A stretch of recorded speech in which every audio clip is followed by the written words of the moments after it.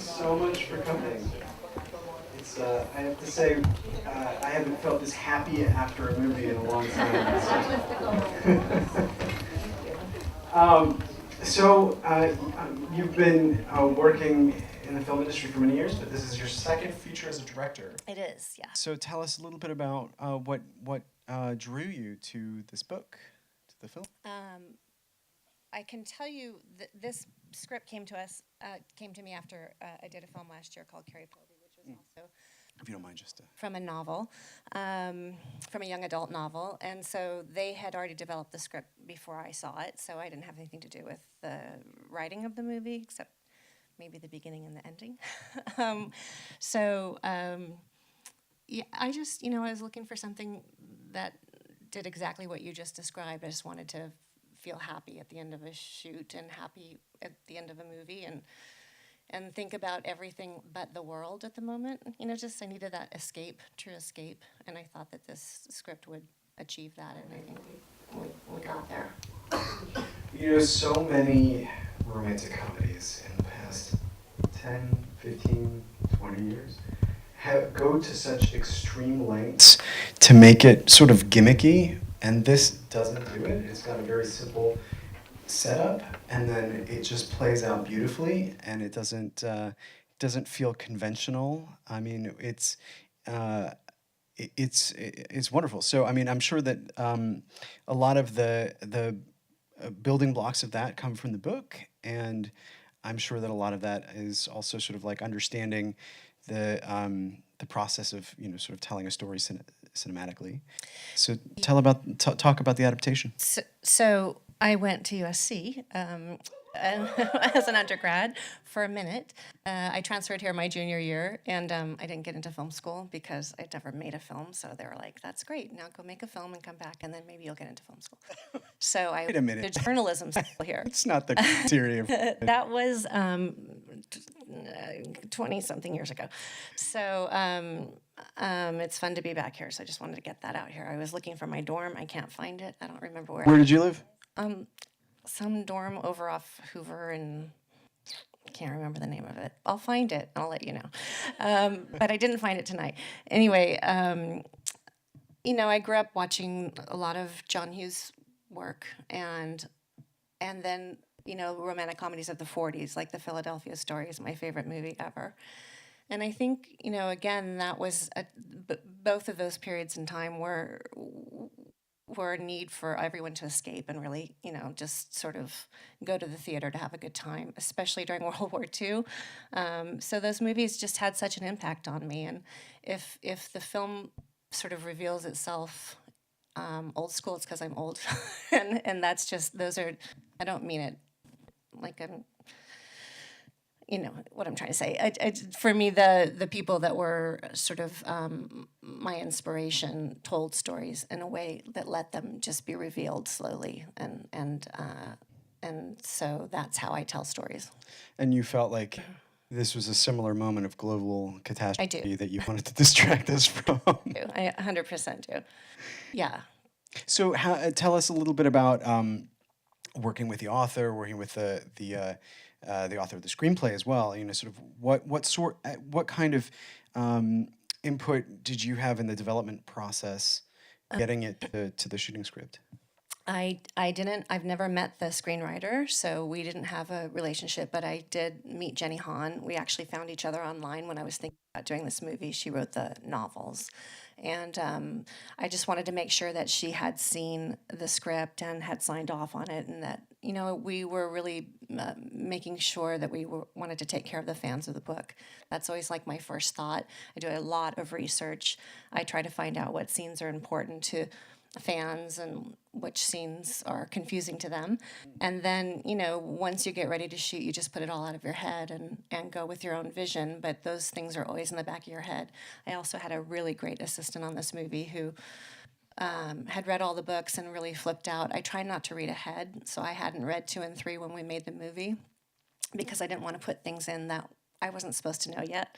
So and I didn't want to know that much about the characters that I wasn't supposed to know yet. So I just stuck with the first book and Jenny's guidance and my assistant, who was terrific. What were the results of the research that you did with the fans? Um, the scene on the field where she jumps him on the track basically and kisses him. That seems to be the most requested scene of the movie. Um, and we talked about shooting that several different ways, and the producer and I had sort of different visions of what that should be. And Jenny was there on set that day, and we tried it a few different ways and ended up with what you see in the movie. But that was one we wanted to make sure we got right. And the hot tub scene is something, the ski lodge was something they wanted to make sure we got right. That, by the way, that was shot in 95-degree weather in Vancouver. In the middle of the summer, we brought in all the snow. We had to tent it outside, and I think it looks like a winter wonderland. But that mountain that you see in the background as the bus pulls up, that's all CGI. Yeah, it was You 100. can never tell. You can't. Noah will tell you the truth. The water was cool enough. We all wanted to be in the water because it wasn't hot. It was just dry ice, making it look hot. Wow. Um, I I love their whole family dynamic. It's just so wonderful. Tell us about, I guess, having the relationship between Yes, I'm the sisters. middle of three sisters. Yes, And well, so in some ways, you relate to that experience. for sure. I didn't lose my mom, which she'll be happy to hear tonight. But no, I am the middle of three girls, and so that dynamic really rang true to me. I understood sort of Laura Jean's thought process, and her relationship with each sister is really different, as mine was too, and is still. Well, Kitty in particular is Yeah. really a fantastic character, and I'm curious if you had to sort of when you were casting the film, how much actually we'll just go into the casting Yeah. because the chemistry that the two sisters, I mean all three of them for sure, but of course the two of them are in a lot more of the film together. How does that work? Do you work extensively with the lead once you've cast her, and then sort of try and find that chemistry with people you're auditioning? Well, we had cast Lana, and then I went back up to Vancouver to start prep and met Anna Cathcart, who plays Kitty. She came in and auditioned for me a couple of times in Vancouver, and in the book she's a little younger, but that was a lot of dialogue for somebody younger to get. So I knew I wanted to sort of age her up to 9 or 10. And I just think she steals so many scenes in the movie. We all do. She's just was a joy to work with and so professional, and she's been working for a long time already. So Lana and Anna didn't get to spend any time together until like maybe 3 days before we started shooting. And then, Anna is underage, so it was hard to take her out. Like, let's go to a bar and hang out and have a conversation about the characters. That didn't work so well. So, yeah, and her work hours were pretty short because she's young. So those were all challenges. But the three of them hit it off so well that I often felt like I was, sort of stepping in the middle of a fight or in the middle of a conversation about boys or whatever. Like, sorry, we have to kind of shoot this scene now. You guys got to stop talking. Like, let's go do this movie. So they were really close together and still are. It's cute. Well, tell us about casting Lana and what the process was, the things that you saw in that character that you wanted to see out of a performance. Lana just is such a unique person. She's just her life story is really interesting. She was adopted from Vietnam. She's full Vietnamese and grew up in the States for the most part. But that journey is such an interesting journey to me, and it sort of informs who she is as a person, which I think informs who she is as a comedian. And I do feel she's just dead funny. Like, she has such great timing. So the process was really about figuring out what we basically narrowed it down to 5 Laura Jean's, 5 Josh's, 5 Peters, and then we did chemistry reads for a couple days to figure out who would work best. But every other girl that we saw for Laura Jean was really too young or too old. Lana was just just right, like the Three Bears. She was just right, and I knew as soon as I saw her, like, couple words come out of her mouth that I wanted her for the movie. So I literally took her into a hallway, which you're never supposed to do. And I'm like, okay, I'm on your side. Like, I want you to get this movie. And there's 8 producers in that room. So here's what we're going to do. Blah, blah, blah. And we just sort of got together from that day on. And she threw her hair into a ponytail, which made her look a little bit younger. And we went back into that room and she just nailed it. And then I actually thought at some point Noah would play Josh and Israel would play Peter. But it didn't work out that way. Once they were reading together, it was obvious who should play what. And of course, John Corbett's great in this too. Yeah. So like He's great. it's nice to see parents represented this way. You know, sometimes for the conventions of a movie, they'll like throw in things that Yeah. just really bother me. And Yeah. it's so nice how great a relationship he has with his daughters. Yeah, he's just a real natural actor too, and was happy to come with ideas and let us work through ideas. And yeah, he's the real deal. He's great. It was fun to have someone I had a crush on all my life. Yeah, we said, and we're close in age, so that was really awesome. I should call his wife or something. Anyway, yeah, no, he was great. He knows I have a crush on him. It's all good. So was this sort of greenlit by Netflix directly? No, it was made by Awesomeness. Awesomeness TV has a film division, so they made it. We made it as an independent film, and then Netflix bought it Oh, fantastic. to make it. They have different divisions, and one is their originals division. So that's what this is. They put a lot of time and money and marketing into, maybe I don't know, maybe 15 films or something a year that are done sort of this big of a release. So it'll be 190 countries in the same day next week. It's amazing. It's really exciting, I think. You know, next week we're screening Crazy Rich Asians Oh, great. with another SC alum, John Chu. Great. And It's very funny. I've seen it. oh, great. It's really great. It's really great. Very glad to hear that. This feels like a great moment for, sort of having romantic comedies, featuring Asian Americans.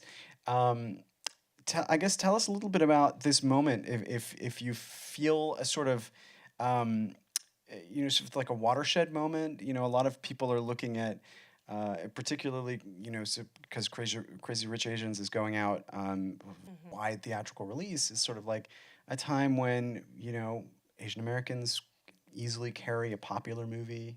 An entertaining film doesn't have to, be set in a war. Right. So, tell us. Excellent. Tell us a little bit about what you're feeling out there in terms of the climate for different stories and different faces. I just think, I think this round of romantic comedies will be about inclusion. Like, be inclusive, tell stories that are mixed race, tell stories that are mixed genders, tell stories that are same genders, tell stories that are transgender, whatever that is. Like, I just want there to be, sort of an open dialogue so people can understand what love is from their perspective. And that's super exciting. Like, it's never happened before. We've never been at this crossroads before. So I really hope people will run with it. And I think Netflix is doing a great job at, sort of, it's not reinventing the wheel, but it's giving a platform that, all they did was look at their sort of search patterns and realize people were looking for romantic comedies, and that's how they put it all together. They're lucky we're lucky that they have that sort of algorithm that they can go. Sure, and really what's tremendous is they're not banking on literally 3 days in the existence of the film. It's Right. it's the long game. Right. Many people will watch it over a year. Right. So they're making incredible work. So. And there's a zeitgeist to it. They want all the countries to see it on the same day. And I when Carrie Pilby came out last year, we came out in May, and then we did Netflix in September. So we were theatrical to start with. And September was like a whole new. It's like the film coming out for the first time, because I was hearing from people in Finland and Thailand and Mexico and just all over the place, discovering the film for the first time. So it's really super exciting. I can't wait to see what happens with this one. I put this on Facebook last night, this screening, and I heard from all these people like, I don't have time to get there from Venezuela. Like, I can't get there from Japan. I'm like, it's just 10 days, just 10 days. There it is. Tell us a little bit about the fan reaction, if you know it, if it's already been screened much for fans of the book. Yeah, it's doing really well. I mean, we've had a really great run. We've had our press screenings, and we know that the lead, they give you an idea of whether it's going to be positive or negative, and everyone's positive. So I've never seen that happen with a movie before, and I'm sure there'll be some naysayers, and we're ready for it. But, for the most part, the support for the film has just been tremendous. So we're super excited. Thank you, guys. I'm sure you guys want to jump in here, so if you have any questions, feel free to raise your hand and we'll open it up. Yeah. So will you do 2 and 3? I hope so. That we have, the cast and I went out to dinner Friday night to sort of plan and figure it all out. And they're like, quick before we get too old. I'm like, I know. So I guess what happens is Netflix just evaluates the numbers. It just depends on how many times people watch it. And if they watch it all the way through and everybody watches it, then we'll have a shot. So cross your fingers and put your DVRs or whatever on record. Just repeat over and over and over. This person watched it 322 times. And anyone else? Yeah. The casting for the 3 sisters, were they all part of the same ethnic background, or was it a mixture, or was... It's all Asian American, but not. Janelle is Chinese American. Lana's Vietnamese, and Anna is I better not say, but maybe Japanese and American.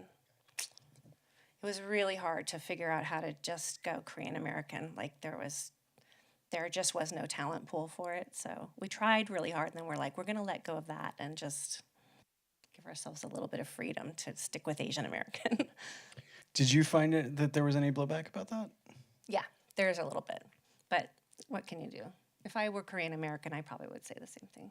Why don't you stick to that? But until there's a bigger talent pool in LA that I can pull from that just happened to be 9, 16, and 19. It was really hard. And we looked around, the whole country and Canada. But yeah, it was tough. Anyone else? Yeah. So why did you pick this specific location? Because I'm from Portland. Oh, are you? And I recognized a lot of the places there. It was really cool. So why did you pick that city? Well, I think Jenny helped us pick that city, but we had to shoot in Vancouver for tax incentives. So we just did B-roll in Portland. I've made 2 movies, however, in Portland, and it's my favorite place to shoot. So I'm hoping that they get their incentive act back together so we can all go shoot there. But you're lucky to grow up there. Out of curiosity, is there anything specific about making a romantic comedy that affects sort of like the technical decisions, the way that you shoot it, the way that you edit it, sort of things that are a little bit different from the other films that you've worked on? I wouldn't say so. It's still a jumble of a schedule. It's all about locations and people's availability, and nothing is shot in sequence. So yeah, unless you have like a super duper budget with huge stars, you probably don't get to pull your cast together in a way where you get to let them discover the story in order. So yeah, it was pretty jumbled up. I think we shot what did we shoot first? I think, you know what? We shot everything at her house first. That was our first week of shooting. So she had to go through all of it, from meeting him out front to the fight with the sisters to the fight on the front steps. All of that emotion had to come in that first week. Pretty incredible. She's really great. They're all really great. Wonderful movie. Thank I'm you. not the age group, I don't think, the demographic. You and me both. I was listening to the crowd and how alive they were. I mean, you guys, so you have a hit movie here. Thank you. That was really fun to stand in the back. I was like... So I haven't seen it with an audience yet, so this last 20 minutes was the first time I got to see it. So thank you guys for coming. I wanted to ask you, Yeah. maybe you mentioned this, I missed But you said the last movie you opened theatrical and then you went to Netflix. Is this movie doing the same thing? Are you going theatrical first? Not theatrical, just Netflix. Why do you think they made that different decision this time? Last time we had, we made it as an independent also, and we went to Toronto to open the film for the festival. And we sold it to Netflix for just US at that time. So it was a different process. We had already sold most of the territories in the world for theatrical, so that was just a different setup. I'd do it this way again in a heartbeat. I'm just from I'm from our generation, I am assuming, that where, seeing a movie in a theater is a big deal, and I miss it. But what I miss is hearing from fans and seeing a movie with fans and being part of the discussion of a movie. And you can do that on Netflix. You just have to, get online and engage and be part of that same discussion. So I'm learning what the pros and cons are. Well, obviously, Netflix, it's got such a reach, it'll be seen by so many more people. But, with Okja, the patrons demanded prints. I know. Got it in theaters. So, The same happened with Mudbound last year, Yeah. which was a Netflix original, and they ended up all the way to the Academy Awards. Not that we're seeing that, but, if you demanded that it be theatrical, then maybe they'll give us, at the end of summer or something. I don't know. It's a possibility. It's always a possibility. Yeah. But I mean, because it was certainly a lot of fun to watch it. yeah, So, Okja was great. That was fun. yes, no. I have a pretty silly question, but There are no silly questions. I was wondering if it was deliberate for you to have her get in the bed with the Crocs on. Okay, that's a silly question. No, never. It never occurred to me. She just wore that necklace the entire time we shot. So we just. Wait, no, the shoes. Oh, wait, which? Older sister gets into her bed. Oh, The bed yes. with the Crocs. Yeah, that was a request of one of the actors. She's like, I think she'd wear her shoes here. I'm like, I don't understand why that's possible. Yeah, that was a good catch. Yeah, no, but it was I intentional. think there was like Yeah. like a room full of people Yeah. horrified. Yeah, I know. Because Jenny and I had all these discussions of leaving your shoes at the front door and all this stuff, and that's what we tried to do. And then suddenly this scene comes up. She's like, I think we'll wear shoes. Okay. It's not just that she gets into bed with her shoes. It's someone else's bed. It's slippers, though. They're not really shoes. Sort of shoes. Yeah, that's. Yes. So I guess my question is, especially because this is like a teenage rom-com. Yeah. Like it's so important for like just dialogue or maybe even like songs and just like slang to be like really on the pulse. And you made many comments about like not my generation. Yeah. Do you have like teens on set that are like no? Yeah, they're called the actors. That's how much input did you take from the actors and like? Always. Like, again, the actors and my assistant, who is a little bit older, but she, you can't get away with much. And if an actor is not feeling it because it doesn't feel true to the character and to the age of the character, you're going to know it right away because you're not getting that scene at it. So they were pretty good about speaking up if there was something that I was missing, and vice versa. I was like always, I shot this movie in a way where the actors and I basically got what we wanted in the first 3 or 4, maybe 5 takes. We're able to explore where to go, and then the producers would inevitably come in with notes. So we would do different things for the producers, which I'm all for. I've produced a lot, and I love the collaboration of that when it's positive and good. So we were all comfortable to try things because we'd all gotten what we wanted. And then, in the editing room, of course, I'm just going to cut together what I want to cut. And then they have final cut, so they'll take and change what they want to change. But for the most part, I feel like we were pretty on target for that audience and trying not to make too many mistakes. Plus, we shot at a high school and had a lot of extras. So it was good to watch their faces and their reactions to things. Was there more resolution at some point between the obviously between Laura Jean and the girl? I'm sorry, I forget the antagonist's name. Genevieve?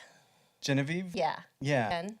Yeah, exactly. It seems like there's a moment there, but then, and maybe this is explored in books 2 and Yeah. 3, an opening for some sort of resolution between them. Yeah, I think it's in book 2 that Jen is part of. I don't know. No? Is that right? Who's read book 2 in this room? Anybody? Yeah. Oh, don't spoil it. I can't remember. No, I don't know the answer to that. It's a good question. How many of you are familiar with the book? Ha ha ha. It's a good number of you. All right. Well, it's a stay tuned, I guess. I really like how you have all those like Asian inputs to like kind of spice up the movie because I'm also Chinese. And, Thank you. Seeing the Yakult, I grew up drinking that. I was like, oh. How did you do research on like balancing that and also like making this movie for like more of the English speaking community? So we should just repeat that one. So she's saying that she really liked all of the sort of the Asian influences, things like what was the name of the yogurt? Yakult. Yakult. But how does she balance that with also making it for an English-speaking community? So a lot of that came from Jenny. Like her main thing was there has to be a rice cooker on the drain board in the kitchen, period. That's it, all the time. So like I was really excited to like find little things to, you know, to do like that. But we didn't want the whole house because the mom is gone at this point and she's obviously the Asian influence. We wanted it to not feel like it was stuck where she was 8 years ago. But, you know, there's a lot of talk about this movie sort of opening doors for Asian American girls to be in romantic comedies, and I think that's fantastic. But also, that was the story of these girls, and we didn't change anything. All we did was stay true to the story, and I think that's really important. I think in other movies where, and this isn't answering your question, but it's kind of elaborating on it. I think it's always good to play with ethnicity anytime you can. If it's not part of who they are in telling that story, if it's not a story about them being Asian American, then you should be able to play with it. This story was written for Asian Americans, so we just stuck to it. Does that make sense? Yeah. I wanted to have that little box that, I've forgotten the name of it if anyone's Korean, where you put the baby dress in it, and it's like in a frame. I forget what that's called. Anyway, there's a bunch of things I still want to put in that house, but I had to stop at some point. They're like, stop spending money. Okay. Yes. What would you say was the hardest scene for you to shoot? The hardest scene probably was the hot tub, just because it was technically so difficult. And also during that, our DP hit his head on the crane and had to go to the hospital. So it was a very complicated day. But emotionally, not the hardest scene, but my favorite scene is the scene in the diner after the party. I just think they connect in such a beautiful way there, and you could feel it on set, and they were really having that conversation, and they were both blowing me away, and I just could have shot that all night because I think you see it in the movie. It's a real honest scene. So that was my favorite scene to shoot. Yes. Last question. For you, how was it as a female director shooting a minority leading female Asian project? Because there's a lot going on in that dynamic. It didn't feel any different because as a female director, I'm used to being a minority. So if anything, there was more solidarity because I understand that journey so easily. We have a long way to go before we were starting to talk about gender parity, and especially in film. I don't know that it'll happen in my lifetime. So just put your head down and keep going for everybody, that wants to make films because, I think there are ethnic groups that are making huge strides, which is great, but it has to come from the audience demand for a different product, I think. Yes. I love also how diverse the high school extra cast was. It seemed that being my high school experience. So I like that you didn't just do the leads as diverse. Was that a conscious casting choice, and how did you go about that so the rest of the filmmakers can also? We literally told the extras casting, you know, it needs to be this percentage this percentage this percentage this. I grew up in Phoenix, Arizona. There were 2 black people in my high school, so I did not have that experience growing up, and I regret it to this. I'm angry about it to this day. And things were so messed up when I went to school in the '80s that there was even, I don't know why I'm digressing into this, but it's part of who I am as a filmmaker, so I'll talk about it. There was actually a high school next door to my high school on one side that was like a college prep, very wealthy, lots of white people. And the other side was a Native American high school where they bussed everybody in.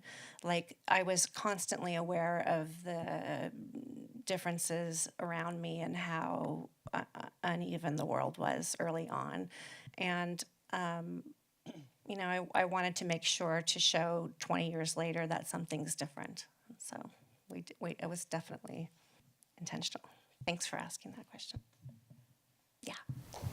Since probably your audience here is some in the film school, some aren't, and since you didn't go to film school here, what was your journey through journalism into film? I didn't want to be a journalism major, so I dropped out my junior year.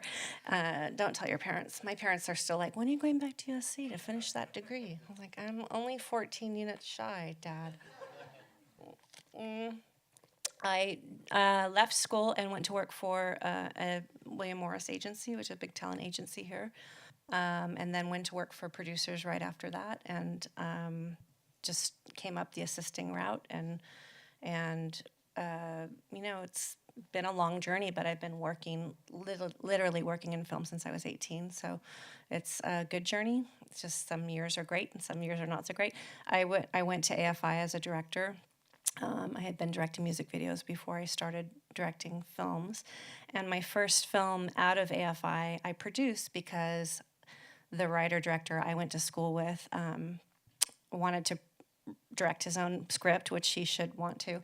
And that script was a film called Mean Creek, and it just did so well. Like, Paramount bought it and Focus Features, and it went worldwide. We went to Cannes and Sundance, and suddenly I had a producing career that I didn't intend on, so woe is me.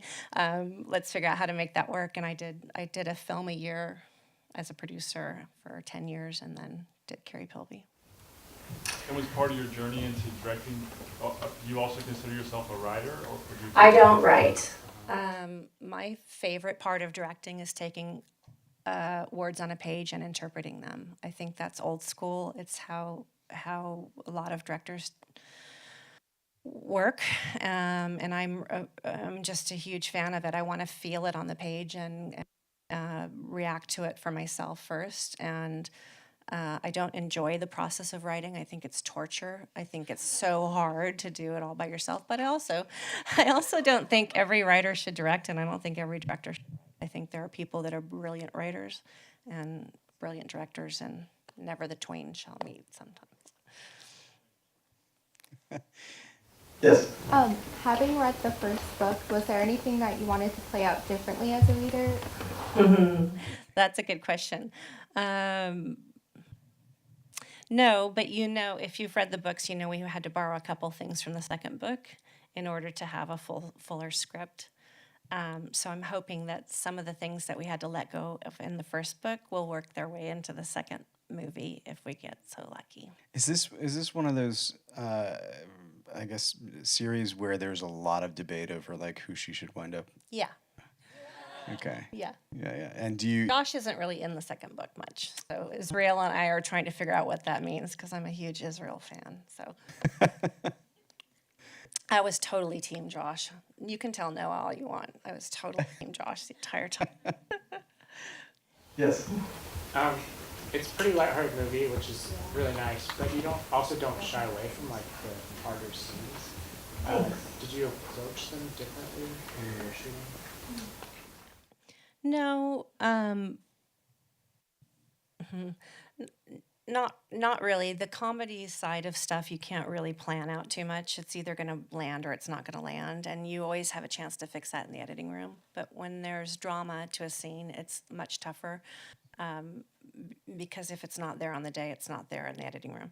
So you can't you can change the timing, but you can't really change the intent. So, yeah, again, like the diner scenes and that scene out on the porch, I love. Those guys were really fighting, and it was a really intense night, and it was 3 a.m, and the neighbors were trying to shut us down, and we had 10 minutes to get it, and all these things play into how it, how that scene came together. But I don't really approach them differently. I think a lot of comedy also comes from just letting the actors have a moment to themselves. I like to shoot rehearsals if they'll let me, because I think you find a lot of magic there. So we did that whenever possible, especially with Kitty. The three actresses who were sisters all have very different peaks. Like some are great in the second or third take, some like 4 or 5, some wanted one take.